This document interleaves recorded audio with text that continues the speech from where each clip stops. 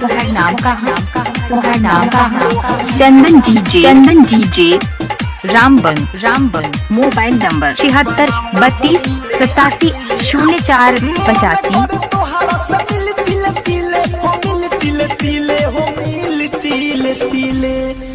हरे बाबूनी जब ए बाबूनी जब काए बाची छुआइबू के मुआइबू ए बाबूनी जब कमर तोहर हिले सबसे कहता नी बड़ी मजा मिले।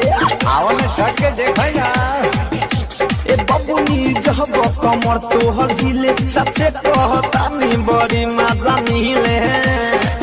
तुम्हारा नाम का चंदन डीजे रामबन डीजे मिक्सिंग सीखने के लिए संपर्क करें। मोबाइल नंबर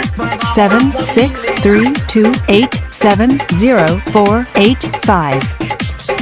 दुनु टोआ वो हटा के दुपाटा बहुत तोरा नाम में करी चार काठा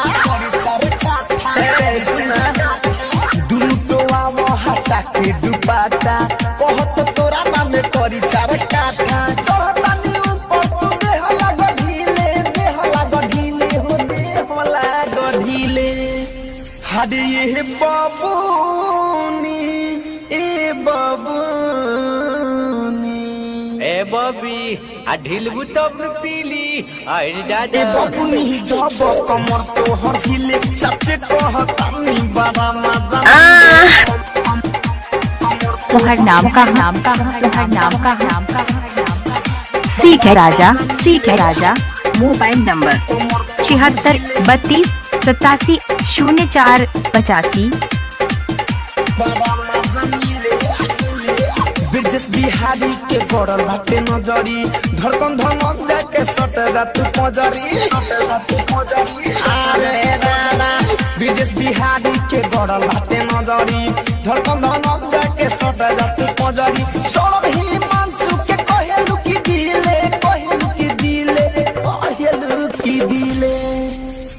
हरे पतरा की ए बाबूनी अरे दे दो का हो जाए चिलवा मेनू हो ए बाबूनी जब कमर तोहर हिले सबसे कहता नी बड़ा मजा मिले।